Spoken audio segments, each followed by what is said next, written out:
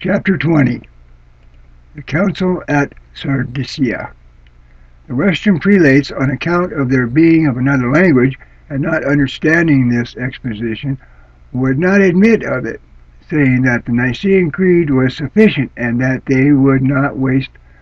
time on anything beyond it. But when the emperor had again written to assist on the restoration to Paul of Athanasius and Athanasius of their respective sees, but without effect in consequence of the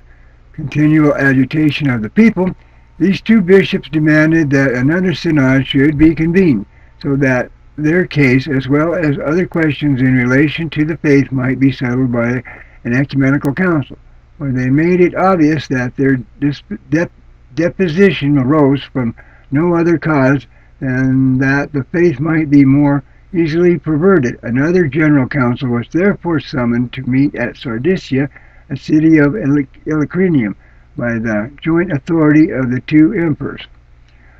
one requesting by letter that it might be so, the other of the East readily acquiescing in it. It was the 11th year after the death of the father of the two Augusti, during the consulship of Rufinus and Eusebius,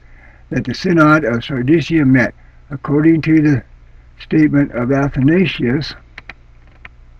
about 300 bishops from the western parts of the empire were present, but Sabinius says that there came only 70 from the eastern parts, among whom was Ascurius and Maratotes, who had been ordained bishop of that country by those who deposed Athanasius.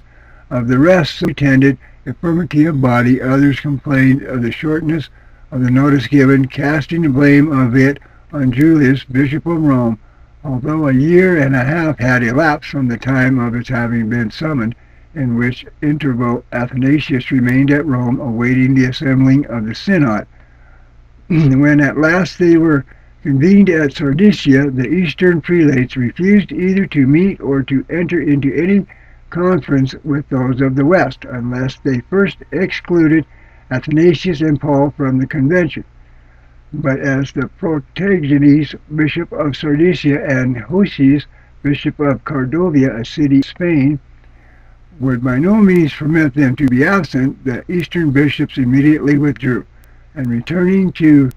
Philippopolis in Thrace, held a separate council, wherein they openly anathematized the term homoousios, and having introduced the Anomian opinion to their epistles, they sent them all in all directions. On the other hand, those who remained at Sardicia, condemning in the